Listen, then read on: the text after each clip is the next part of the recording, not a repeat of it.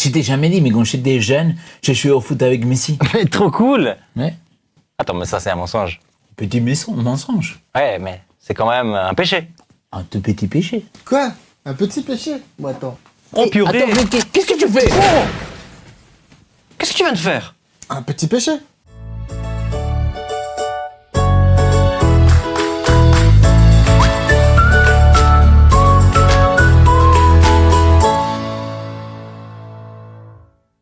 Et les amis, on dit souvent à l'église qu'il n'y a pas de différence entre petit péché, grand péché, mais est-ce que vous êtes vraiment d'accord avec cette affirmation? Alors, pour moi, péché, c'est péché. Après, Ok. les conséquences, c'est différent. D'accord. Mais est-ce qu'au niveau de la valeur du péché, est-ce qu'il y aurait quelque chose de plus grave que autre? Mais c'est quoi plus grave? Parce que ce que dit Léo, c'est dans la conséquence, même dans la conséquence directe, c'est-à-dire quand tu fais, typiquement tu tues quelqu'un, bah, la personne elle est morte, il y a la Bien conséquence sûr. directe, mais la conséquence spirituelle, dans le sens, est-ce que on est plus ou moins condamné? Parce que c'est un petit peu ça derrière ta question, c'est est-ce qu'il y a des péchés où on sera plus ou moins condamné? C'est-à-dire s'il y a des péchés on les fait, bah c'est pas grave, tu peux quand même aller au ciel, et s'il y a des péchés on les fait, bah non là tu peux pas aller au ciel. C'est ça que tu entends derrière. Non, c'est vraiment une différence entre un péché qui est plus grave et un autre qui est moins grave, comme on a fait dans l'intro. Hein. Souvent, on a l'impression que le mensonge, c'est pas une grande chose parce que tout le monde ment un peu. Ok? Pas moi. Euh, C'est vrai. tu viens de faire. Mais pour si quelqu'un tue quelqu'un, ouais, je répète, quelqu'un, mais voilà, s'il y a un meurtre, on va dire, wow, mais ça c'est énorme, C'est violent. c'est violent. C'est parce que c'est grave dans sa conséquence. Exact. C'est en ça qu'il va y avoir une variété. Après, le péché est le péché. Pour moi, enfin, d'un point de vue biblique, il y a pas un péché, il y a pas une liste comme on pourrait, certaines religions ont fait certaines listes en disant ça c'est des péchés dits capitaux et ça c'est des péchés ou alors du fait qu'ils sont pas dans la liste, c'est un petit peu plus relatif sur la gravité. Mais dans la Bible, il n'y a pas de liste en disant ça c'est un péché pire qu'un autre. Il y a des listes de péchés, mais elles sont pas les mêmes d'une liste à l'autre. Voilà. Donc on voit Voilà. bien que c'est pas une gradation, une hiérarchie du péché. D'accord. Par contre, moi, ce que je crois clairement, c'est que, en tout cas du point de vue spirituel, je vais le dire comme ça, il y a des péchés qui sont tolérés jusqu'au retour de Jésus, on va dire ça comme ça, jusqu'à ta mort ou ton jugement. Il y a des péchés pour lesquels, par contre, là, il y a une tolérance qui est plus faible. Et il y a vraiment, pour moi, une gradation dans la gravité de ce péché-là, la conséquence. Et c'est Jésus qui dit, je sais plus dans quel texte, faudrait trouver dans le commentaire, vous pouvez aller mettre le verset, il se trouve, où Jésus dit que celui qui a fait beaucoup de mal sera battu peu de fois, celui qui sera battu beaucoup, que celui qui a fait peu de mal sera battu peu de fois. Il y a un Ok. texte où il dit ça. Donc il y a une... Mais est-ce que tu pourrais donner un exemple justement d'un péché qui est toléré par Dieu jusqu'à sa venue et d'autres qui n'est pas? Mais c'est pas qu'il est toléré, il reste péché, il reste C'est les mots que condamnable. tu as Ouais, employés. Ouais. Mais c'est pas le péché qui est toléré. C'est dans sa conséquence, on peut dire... Ah ouais, mais c'est ça. C'est la conséquence. C'est pour ça que je fais la différence entre le péché en soi, il est péché, c'est une faute, et il faut le confesser et demander pardon. Bien sûr, complètement Mais d'accord. il y a des péchés pour lesquels vraiment c'est très très grave. Ouais, non, tu me diras tous il faut confesser et demander pardon, ça change rien si j'ai Ouais, dit- exactement. Mais tu vois, j'ai un Mais exemple. tu vois, c'est intéressant comment notre tête fonctionne entre théorie et pratique. On est tous d'accord que le péché c'est pareil, mais quand on va plus dans la pratique, on a plus tendance, comme Benjamin vient de faire sans le vouloir, se dire ah, attends, mais ça c'est parce que quelque part en nous, il y a dans notre cœur cette différence. Il y a des grands et des petits péchés, même si au niveau théorique on ne l'affirme pas. Mais tu vois, là, je dis toujours, quand on fait des études bibliques ou des choses comme ça, tu voulais dire quelque chose? Vas-y, Attends. vas-y. En Jean 3.4, il dit très clairement, le péché, c'est la transgression de la loi. Ouais. Ou le péché, c'est le mal. D'accord? Mais beaucoup de traductions, ils disaient, car le péché, c'est la transgression de la loi. Et donc, quand tu regardes ce qu'ils ont fait Adam et Ève, donc tu vois, au chapitre 3 de Genèse, tu te dis, mais il n'y a pas de péché là, ils n'ont rien fait de mauvais en soi, ils n'ont pas fait de mal. Alors, le mal qu'ils ont fait, c'est qu'ils ont transgressé ce que Dieu il avait dit de ne pas faire. D'accord. Et là, j'imagine que pour vous, ça vous est arrivé déjà, quelqu'un qui te dit, écoute, moi, je n'ai pas besoin d'un sauveur, parce que j'ai fait les choses bien, je suis quelqu'un de bien. Mais tu vois, Jean, il va dire très clairement, au chapitre 16, si je ne me trompe pas, il dit qu'il va confondre en matière de péché, et il dit, parce qu'ils n'ont pas mis leur foi en Jésus-Christ. C'est fort. Ça veut dire que tu vois, et là, c'est un grand péché. Jésus, il va dire que le péché impardonnable, c'est le péché contre le Saint-Esprit. Donc, il y a quand même une sorte de catégorie de péchés qu'il va être impardonnable selon Jésus, tu vois. Alors, Ouais, là, il y a un péché qui est impardonnable selon Jésus. Attention, il n'y a pas une catégorie. c'est même pas un péché, c'est une circonstance Oui, mais je veux dire, là, on rentre dans un qui fait qu'il truc devient très impardonnable. précis, marginal, Attends, particulier. mais ça c'était pour donner un exemple, mais le premier exemple c'était la transgression de la loi, c'est le péché. Donc, je garde pas le sabbat, désolé, mais dans la Bible, tu es en train de pécher. Et donc, il y a des gens qui ne vont jamais mettre dans le même niveau observer le sabbat que tuer quelqu'un. Ah, oui, ça c'est clair. Mais par contre, les deux sont péchés. D'accord. Les deux, tu transgresses la loi. Donc, les deux, ils te mènent à la conséquence du péché ultime, c'est la mort. Oui, alors, moi je pense que alors vous êtes tous les deux d'accord avec cette idée que justement le péché c'est tout pareil, il y a peut-être les conséquences La qui sont définition différentes. du péché, il n'y a pas de hiérarchie. Exactement. Sauf ce péché spécifique qui mène à la mort, ça. Mais ça, c'est un débat particulier. Il faut D'accord. savoir ce que c'est, et puis tout le monde n'est pas d'accord. Mais dans la définition du péché dans la Bible, il n'y a pas de hiérarchie. Alors pourquoi dans l'église on fait une hiérarchie? Parce qu'il y a certains péchés qui, si on les vit dans l'église, ça t'exclut de faire certaines choses, ça peut même t'exclure de la communauté. Pour moi, c'est à cause des conséquences. C'est pas la même chose. Et, tu vois. Mais alors quelqu'un on qui- se fait mettre des conséquences. Quel Bah péché oui. pour lequel tu reconnais que tu as péché et que tu confesses ta faute, tu es exclu de la communauté? Pédophile. Par exemple. Plus jamais tu travailleras avec les enfants. Oui, on te pardonne, mais La pédophilie est restée tu légale vas pas derrière, rester avec nos Ouais, enfants. mais non, c'était juste. Tu vois. Tu nous as donné le bâton pour. Et qui d'entre nous mettrait notre enfant dans une école sabbat où quelqu'un a confessé devant tout le monde, les amis, voilà, je suis pédophile, je suis en lutte avec le Seigneur, et voilà, là, le Seigneur, il m'a C'est pardonné. là où il y a des conséquences qui peuvent être plus ou moins graves. Pour ce cas qui est, je pense, particulier et marginal, enfin, j'espère qu'il est Mais tu marginal. disais qu'il y aurait pas de conséquences pour ceux qui confessent. Et en fait, oui, il y a. Spirituellement parlant, Mais je pense que, non, et spirituellement pardon, le Seigneur l'a pardonné. Si le gars, il Exactement. était sincère, c'est bon. Mais On peut se retrouver au royaume des cieux. Par contre, sur terre, bah mec, désolé, mais la conséquence, c'est que tu vas aller en prison, point. Basta. et à ta sortie de prison, je pense que la personne doit, si elle est vraiment dans cette attitude de confession et de repentance, elle doit accepter que, elle doit accepter que c'est normal qu'en face il y ait des craintes, puisqu'il y a eu acte. Si elle a été condamnée, c'est qu'il y a eu acte. Ou si elle a confessé, c'est qu'elle a admis quelque chose. La conséquence, c'est qu'il faut accepter que la communauté s'il y ait des craintes par rapport à ça. Et elle-même doit se dire, bah non, je vais pas jouer avec le feu. Et si je sais que j'ai un problème avec ça, je me mets à l'écart de ce genre d'activité. Bon, pardon, je vais lancer un cas extrême, mais tu non, vois. mais c'est bien les cas extrêmes. Il y a quelqu'un, par exemple, s'il y a un diacre, ou quelqu'un qui est au service, qui récolte les offrandes, qu'il met la main dans l'alfolie, ou je ne sais pas comment on appelle ça, l'alfolie, c'est un mot trop vieux, non? Je sais pas comment on appelle ça. Ouais, voilà. Je ne connaissais même pas le mot, hein. Non, en tout cas, non, mais peut-être c'est espagnol. En tout cas, on a dit si c'est de l'espagnol ou pas, mais. Ou le sachet, je sais pas. Bon, voilà. Les trucs dans lesquels dans on le met sac. les offrandes, Dans le le sac. Et donc, le diacre, il vient, il met la main dans la poche. OK, on va plus lui donner ces postes-là. Mais par contre, si on apprend que le diacre, il battait sa femme ou qu'il était adultère, bah, les conséquences, ils vont pas être les mêmes. Et, en tout cas, ici sur terre. Tu vois ce que je veux dire? Le regard qu'ils vont avoir auprès de lui, sont trois choses qui sont graves, mais des conséquences très différentes. Mais moi, je me pose la question, est-ce que c'est à nous de faire les conséquences du péché de l'autre? Par exemple, l'exemple que tu viens de donner, donc imaginons, il y a un diacre qui met la main là où il ne devrait pas la mettre. C'est pas exactement le nom du truc, donc on va le dire comme ça, mais il touche à l'argent qui c'est l'offrande. S'il reconnaît ça, comme Benjamin disait tout à l'heure, je pense que c'est anti-évangile de dire « Ah non, mais maintenant on va pas te mettre » parce que Jésus fait pas ça avec nous. C'est-à-dire que si tu demandes pardon de quelque chose qui est grave aux yeux du Seigneur, par exemple dans notre ministère en tant que pasteur, qu'on a mal fait, le Seigneur va pas nous dire « Ah oui, mais par contre maintenant, va faire charpentier parce que là tu peux plus être pasteur ». Ce n'est pas le regard du Christ. Mais malheureusement, il y a des choses que je pourrais plus être pasteur. Hein. Il y a des péchés que j'ai commis dans ma vie que vraiment ils vont m'exclure de ministère. Moi, je suis d'accord avec ce que tu dis, mais c'est son secret. Ouais. Ouais, mais c'est ça qui je suis pour d'accord moi. avec ce que tu dis dans le principe. Dans Mais- l'application, non, il n'y a pas de mais, parce que c'est vrai en soi. Le pardon, c'est effacé, les péchés sont au fond de la mer, ils sont rouges, ils sont blancs, voilà. Par contre, ce qu'il faut que je pense, et là, c'est la question du pécheur, au-delà de la communauté, parce que c'est ta question initiale, c'est est-ce que la communauté doit intervenir? Exactement. Je pense que le pécheur qui est dans la vraie repentance, on devrait définir la repentance en amont, on devrait définir la repentance comme la reconnaissance que j'ai fait une faute, ça a ses conséquences et j'accepte ces conséquences. Et ces conséquences peuvent être je perds quelque chose définitivement. On a l'exemple de... Et j'ai fait tout pour pas revenir.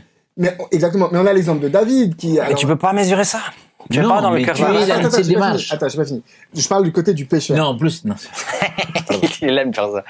Je parle du côté du pécheur, on a l'exemple de David, par exemple, qui, quand il fait assassiner Uri, Oui, Uri, il fait assassiner Uri, ben, il a une attitude, parce qu'il y a cette condamnation, cette conséquence de Dieu avec ce fils qui va décéder. Donc il a une attitude, quand le fils est décédé, il prend une autre attitude, il accepte la conséquence définitive de ce qui s'est passé, et et après il restaure ce qui peut être restauré en prenant la personne pour femme, il y a un autre enfant, Salomon, etc.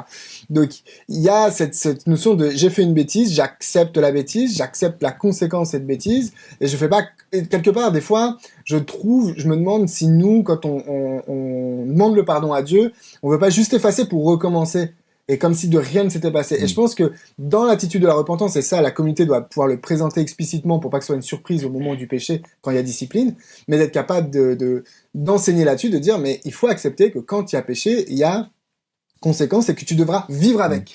Moi, je donnais un exemple, j'ai déjà fait une prédication avec des jeunes. Moi, j'ai eu un accident de scooter. Là où tu mets les pieds sur le scooter, c'est tombé sur ma jambe, ça a fracturé mon fémur. Et donc, on m'a mis une barre de fer pendant une année. J'ai pas pu faire de sport pendant une année à cause de ça. Et j'ai une grande cicatrice ici et une grande cicatrice ici. Tu peux nous montrer? Oui, vas-y, la caméra c'est là. Et j'ai raconté ça, c'est que souvent, quand je prends ma douche ou quand je m'habille, je vois cette cicatrice et ça me rappelle que conduire bêtement en scooter, parce que j'ai conduit bêtement, j'ai grillé une priorité et je me suis pris un camion.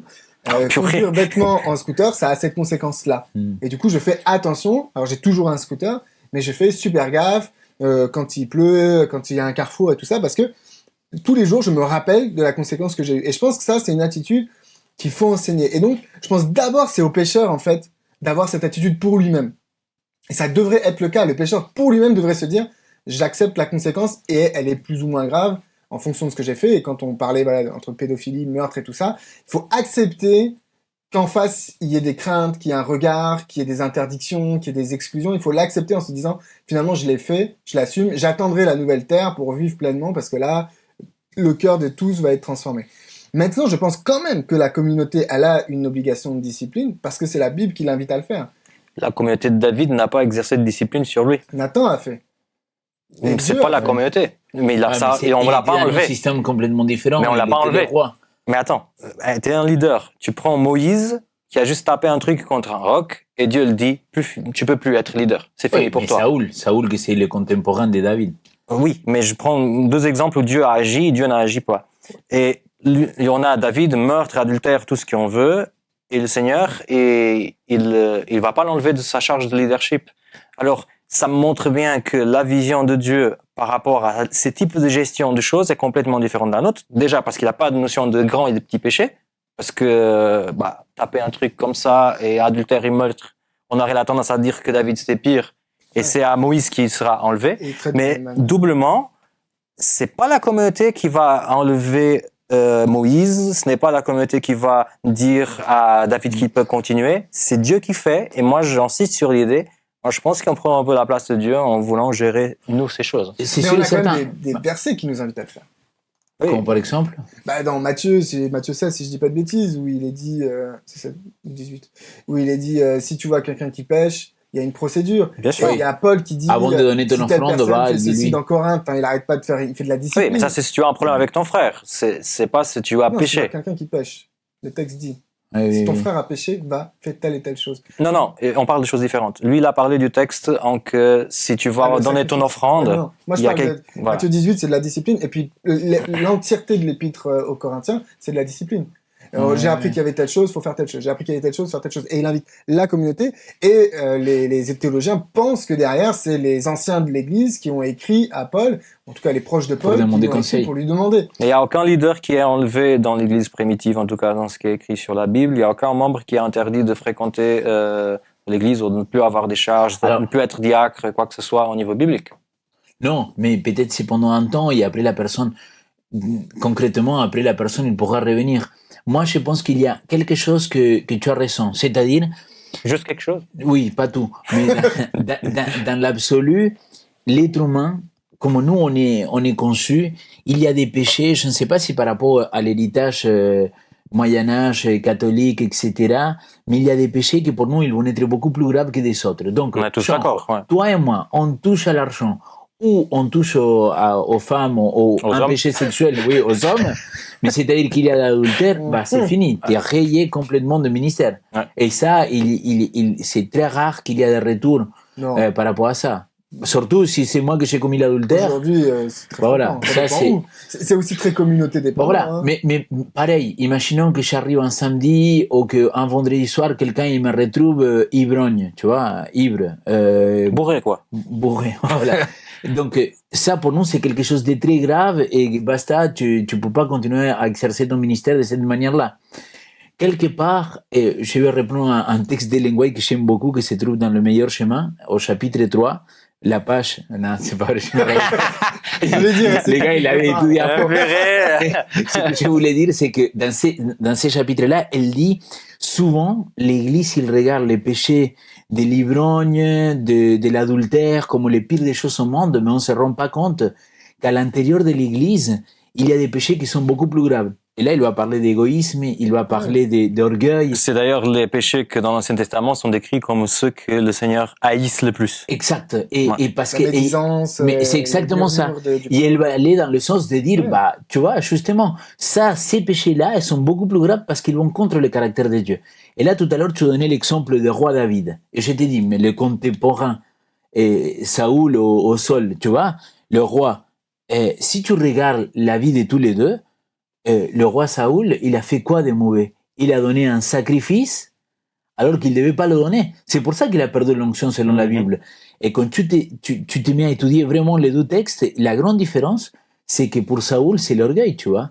C'est, mais j'ai rien fait de Moi, mauvais. je fais ce que je Je ne veux. veux pas me repentir. Et donc, quelque part, pour moi, là, s'il y a cette onction-là qu'il était retirée à Saoul, c'est parce que il avait un orgueil, tu vois. Il a dit, mais c'est moi que je vais déterminer qui doit faire quoi. Alors que David, il fait des péchés qui, à nos yeux, ils sont bien pires, mais il le pardonne sans problème parce qu'il était dans une démarche de j'ai péché. Et il y avait aussi, chez Saül, il voulait la repentance sans conséquence. Exact.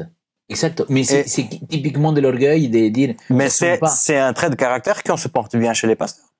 Ah, exact. Mais je me demande si les péchés que vous avez cités, parce que effectivement, si on regarde chez Ellen White, si on lit les témoignages pour l'Église, c'est fou à quel point elle parle beaucoup de ça.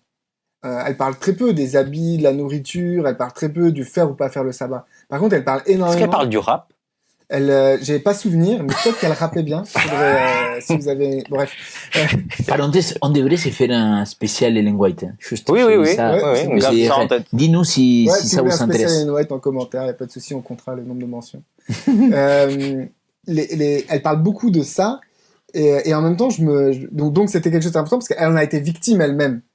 Ses parents et sa famille se sont fait exclure de la communauté Ouais, à juste. cause d'hypocrisie, de médisance, de faux témoignages, des choses comme ça. Donc elle était très attachée à ça, surtout au début. Elle-même a été victime de ça dans son jeune ministère, parce qu'on l'a traitée de folle, de malade, de je sais pas quoi, et du coup les gens, entre ce qu'ils lui disaient en face et ce qu'ils se disaient derrière, elle a beaucoup souffert. Donc c'est pour ça qu'elle en parle aussi beaucoup. Mais maintenant, je me demande si, par exemple, l'orgueil, entre l'orgueil et le meurtre, c'est quand même plus difficile de caractériser le péché de l'orgueil. Tu vois, si la communauté devait faire discipline, on n'a pas tranché, mais si la communauté devait faire discipline, c'est quand même facile de faire discipline sur un meurtre que de faire discipline sur l'orgueil. Parce que sûr. ce que quelqu'un va C'est appeler de factuel, l'orgueil, l'autre va dire, mais toi, c'est toi qui es orgueilleux et tu me traites d'orgueilleux parce que tu n'aimes pas l'autorité que j'ai. Tu vois, il y a quelqu'un qui va vouloir défier l'autorité. On a l'exemple de Corée. Entre Moïse et Corée, qui était orgueilleux? Moïse qui dit non, c'est moi le chef, ou Corée qui dit non, c'est pas toi le chef. Et l'orgueil est peut-être plus difficile à caractériser, et c'est là où c'est seul Dieu et l'Esprit qui peut intervenir, ou alors si on a une autorité élective prophétique type Ellen White, qui est capable de venir et de dire à tel moment, à telle chose, le Seigneur m'a révélé, elle était incapable de le savoir autrement, et on peut dire, ouais, effectivement, là, il y a un péché qui est public. Mais c'est difficile d'aller voir quelqu'un et dire, toi, t'es orgueilleux, il faut te discipliner. Alors que toi, c'est pas si Bien simple que t'as ça. volé dans la caisse, ça se démontre. Mais moi, le seul truc que je veux dire, c'est que l'ennemi, il est tombé à cause de ça. Hein. Son cœur s'est enhardi, quoi. Et c'est-à-dire, son corps, il a commencé à se gonfler, à se croire mieux que l'autre. Moi, je pense que quand tu marches avec l'esprit, il te montre ces choses-là. L'esprit, tu vois, Paul, il va le dire très clairement. En 12 Corinthiens, il va le dire très clairement. Bah, moi, j'étais jusqu'au 3e ciel. Moi, il m'arrivait ceci. Moi, il m'arrivait cela. Mais j'avais une écharde dans l'œil, tu vois. Et quelque part, c'est parce que le Seigneur, il voulait pas que je devienne orgueilleux. Et c'est un peu l'interprétation que lui, il donne à sa propre souffrance. Et j'ai dit, bah, Seigneur, à toi de voir le moyen, mais aide-moi à ne pas laisser rentrer ce type de péché dans notre église. Parce que pour moi, et tu vois, là, je ne sais pas si j'étais contredit, mais là, c'est des péchés beaucoup plus graves pour moi. Il y a quand même alors des petits grands péchés. Non, mais il y a une chose qui est intéressante et que tu l'as dit plus ou moins, c'est l'idée que quand tu fais un meurtre, tu es pas aveuglé par ton acte. Tu sais que tu as fait un truc horrible, tu vois. Donc l'orgueil, ça t'aveugle. Bah oui, tu le vois Donc pas. tu le vois pas et tu vas même peut-être dire que c'est une bonne chose. Combien de fois j'ai entendu des membres dire ah mais ce qui m'a sauvé dans la vie c'était mon orgueil, tu vois. C'est vrai. Ah oui, j'ai entendu ça beaucoup, hein, peut-être dans les milieux plus latins. Mais cette phrase que l'orgueil c'est une bonne chose et que tu dois t'accrocher à ça, c'est ouais, Mais tu vois, c'est très mauvais à mon avis. moi, pour répondre à la question que tu avais posée au début, Ouais. pour ma part, en tout cas, mon approche, c'est intransigeant avec le péché. Donc, péché, c'est péché. On l'a bien compris. Et transigeant avec le pécheur. Ouais. Et c'est là où je pense que, moi, pour revenir à ce qu'on disait tout à l'heure, je pense que la communauté doit faire discipline. Mais c'est pas parce que la communauté doit faire discipline que ça veut dire qu'elle a libre cours à sa discipline. Là aussi, Paul donne aussi beaucoup de manières de faire. Il y a une approche d'amour, de tolérance, de pardon. Et on dit souvent, par exemple, dans l'Ancien Testament, que le Dieu de l'Ancien Testament était dur parce qu'il faisait les guerres et il tuait tout le monde. En fait, si on regarde dans le détail, il n'y a pas tant de ça de guerres qui ont été ordonnées par Dieu. Dieu a donné des consignes. Mais il y a une consigne qui donne au début de toutes les consignes, c'est quand vous allez faire la guerre, vous proposez d'abord la miséricorde aux gens. S'ils l'acceptent, vous attaquez pas. Ah, moi, je défends que le Dieu de l'Ancien Testament, il est beaucoup plus tolérant que, soi-disant, le Dieu du Nouveau Testament. En tout cas, Jésus Parce a que dit les ça, bêtises c'est- qu'on a dans l'Ancien Testament sont 1000 fois plus grandes que celles qu'on a dans le Nouveau. Et quand même, il choisit de bosser et de travailler. Et moi, je pense que souvent, dans le milieu ecclésial, et aller demander à n'importe quelle personne qui a quitté l'Église, peu importe si c'est notre Église ou notre communauté, il y a toujours cette image de l'Église juge. Tu vois? Et ça, franchement, Moi, j'ai je vécu vois. un cas. Mais attends, je vois pas la distinction que toi tu disais entre péché et pécheur. Et souvent, quand on écoute les gens parler, on n'a pas cette distinction du tout. Mais je suis d'accord, mais c'est péché très- mélangé avec la personne. Mais je vais proposer une solution, c'est très communauté dépendant. C'est là où c'est le problème. Parce que du coup, on peut pas dire c'est comme ça dans l'église, mais c'est malheureusement dans des églises, et je suis prêt à accepter que c'est dans la plupart des églises que c'est comme ça. Mais par exemple, j'ai vécu un cas où on avait dû traiter la chose, où il y avait vraiment quelqu'un qui posait des problèmes dans la communauté. Et vraiment, le comité, puisque j'y étais, a pris le temps avec cette personne. Ne l'a pas jugé, l'a accompagné, a essayé de comprendre, a fait le tour, l'a visité, le pasteur, les membres, les anciens. Ouais. Au bout d'un moment, la personne était bloquée. Et ben, au bout d'un moment, il a fallu intervenir pour protéger les autres qui étaient victimes de cette personne-là. Cette personne, quand elle est sortie, elle a dit, on m'a jugé, on m'a traîné dans la boue, on m'a ceci, on m'a cela. Alors que c'était resté très vraiment au niveau du comité. Je pense 90% de la communauté ne sait pas ce qui s'est passé, parce que c'était des trucs comme ça assez importants. Mais cette personne, après, elle a raconté à qui voulait l'entendre que l'église l'avait traîné dans la boue. Oui, mais la démarche était bonne. Mais la démarche est bonne. Mais Tu vois? Mais Et c'est pas les conséquences de ce qui va arriver après qui va déterminer si ta démarche était bonne mais pour ou pas. dire, quand on dit, il y a Tu plein vois de gens qui disent, ouais, l'église juge. Mais c'est vrai. Mais attends, Mais est-ce c'est vrai. qu'ils disent l'église juge? Quelle est la part des personnes parmi tous ces gens-là qui disent l'église juge parce que finalement, ils avaient envie de faire quelque chose que l'église a considéré bibliquement que c'était pas possible. Prenons l'orgueil. S'il y a quelqu'un qui est orgueilleux et qu'on commence à dire, tu peux pas avoir cette attitude-là auprès des gens, ceci, cela, au bout de la personne, si elle est vraiment orgueilleuse et qu'elle veut pas sortir de son péché d'orgueil, elle te dira, l'église le juge. Et pourtant, Mais alors, j'ai pas l'impression que c'est le cas qui se je suis répète. prêt à entendre. Mais Ouais. il faut aussi se dire, attention. Il y a aussi ça, oui. Le témoignage des gens est toujours à prendre avec du recul. Parce qu'il faut prendre le témoignage tel qu'il est, on l'accepte, on l'accueille. Mais c'est là où la solution, c'est, je pense que s'il doit y avoir discipline, elle doit commencer dans la prévention. On est une église qui est pour la prévention au niveau de la santé. Je pense qu'on peut faire la prévention au niveau du péché. Et on est très fort pour réunir les gens. Enfin, j'ai vécu des assemblées, on est très fort pour réunir les gens et décider quelle va être la durée de la censure ou de je sais pas quoi et de débattre là-dessus. Mais on est beaucoup moins fort pour du haut de la chair expliquer c'est quoi le péché? C'est quoi le problème avec le péché? En quoi le péché est un problème? Qu'est-ce que Dieu va faire avec le péché? Et à côté de ça, de dire à la communauté, maintenant quand quelqu'un a péché, comment Dieu réagit? Enfin, il suffit de voir l'exemple de Dieu avec Caïn. Et il lui dit, tu vas pécher. Et il dit, ah, ok, il pêche. Et maintenant, il dit, Caïn, t'as péché. Et Caïn dit, oh, c'est trop dur pour moi. Ok, et ben, je vais te mettre un signe. Enfin, Dieu, il est toujours dans le dialogue, toujours dans la discussion. Dans l'accompagnement. Il est dans l'accompagnement. Mais je pense mais Dieu est venu voir Caïn avant qu'il pêche. Tu vas pêcher. Ouais. Ne fais pas ça. Ouais. Et je pense que c'est là où on pêche. C'est que on n'ose pas, des fois, parler dénoncer le péché. Parce que derrière, on associe dénoncer le péché avec une attitude de jugement. Mais si on était capable de dénoncer le péché avec une attitude d'amour dans l'accompagnement, peut-être qu'on se sentirait déjà plus libre de dénoncer le péché. Alors, mais les gars, attends, je voulais juste te dire une chose. Vas-y. C'est, pour moi, c'est ça. C'est Dieu, je le vois comme un accompagnateur. Tu vois, comme avec la femme adultère. Tout ce qu'il t'a condamné, ils sont nous. Moi-même, je te condamne pas. Va, ne pêche plus. Donc, il y a une démarche maintenant on va t'accompagner pour que tu ne repêches pas. De peur qu'il ne t'arrive pire. Voilà. Exact. Conséquence. Oui, mais parce qu'il y a un accompagnement de la personne. Alors, il faudrait voir plus loin. Mais ça, c'est autre chose. Mais justement, là, ça pourrait être un super beau débat pour un autre droit à la fois. Moi, je suis pas d'accord avec cette notion-là de dire, toi, tu dois pas juger, tu dois pas émettre des jugements. Pour moi, ça, c'est pas du tout biblique. Pour moi, ce que nous, on doit pas faire, c'est condamner. Et c'est très différent. Un jugement, juger quelque chose, qui est condamné. Et donc, tu vois, quand je vois quelqu'un qui est en train de transgresser la loi, autrement dit, le péché, non? Et qu'il est en train de faire de mal aux autres, moi, je peux juger. Je peux pas le condamner. Je ne sais pas si vous voyez la différence, mais pour moi, il y a une véritable différence. En Corinthiens chapitre 3, il dit très clairement, Paul, il dit, l'être spirituel, il juge tout, sans pour autant être jugé de personne. Il dit pas, il condamne tout, parce que la condamnation et le salut, ça appartient à Dieu. Mais juger, je vois pas en quoi c'est si mauvais que ça, dire à la personne, écoute, ce que tu es en train de faire, c'est mal. Comme ce que moi, je suis en train de faire, peut-être c'est mal.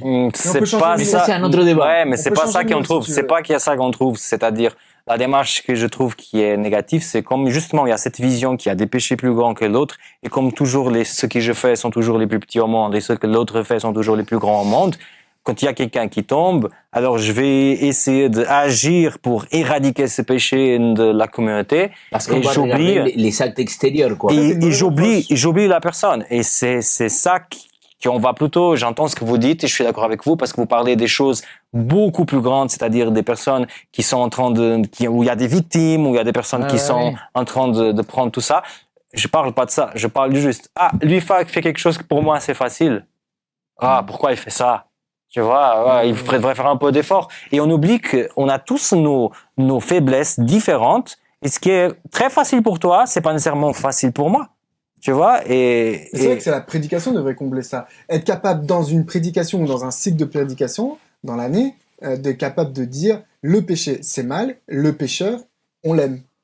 Et je pense que c'est pas juste une série, c'est une culture. C'est un enseignement pour moi. Ce que je veux dire, c'est que sur une année dans l'église, il devrait y avoir régulièrement des prédications qui mettent l'accent là-dessus. Le péché, c'est mal, d'être capable de dénoncer fermement le péché, intransigeant avec le péché, mais d'être capable aussi parce que les gens, on les voit dans l'assemblée, tu dis, faut pas faire ci, faut pas faire ça. Ah ouais, amen, amen. Mais il faut aussi dire à ces mêmes personnes, maintenant, si tu vois quelqu'un qui le fait, tu dois y aller avec plein d'amour et pas en disant, on les voit dans l'église, les gens qui t'attrapent en disant, faut pas faire ci, faut pas faire ça. Si ta vie spirituelle, c'est ne pas faire ci, ne pas faire ça, t'as pas de vie spirituelle, t'as pas compris la relation avec le Christ. Si tu vois quelqu'un, d'abord, normalement, si tu vois quelqu'un qui est en péché, c'est la douleur qui devrait premièrement venir. En disant, mince, il est dans une situation de péché. Et pas ce que les gens appellent le jugement. Et moi, je différencierais le jugement du discernement.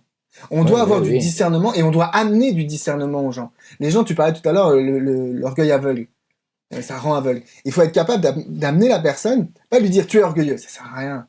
Qui a déjà changé d'avis juste parce qu'on lui disait les trucs qui faisaient mal? Ça vient avec l'esprit, oui. C'est ça la question. C'est que une parole avec l'esprit, ça fait beaucoup d'impact juste de dire à l'autre ce que me gêne au regard et donc comme ça me gêne, je vais le dire pour qu'il arrête et que ça me gêne moins. L'esprit, il a besoin que toi tu puisses être cet émetteur-là, mais de l'autre côté, il doit avoir le récepteur et le récepteur, il doit être en mode ok, je suis à l'écoute de l'esprit. Bien sûr. Quand Samuel a dit à Saül que c'était terminé pour lui, Saül il a fait quoi? Il est parti dans sa chambre, il était dégoûté. Il était dégoûté, Samuel. Mais il était dégoûté des conséquences, pas des mal qu'il avait fait. Il avait cru en Saül, comme Judas. Il était à fond, il a aimé Saül.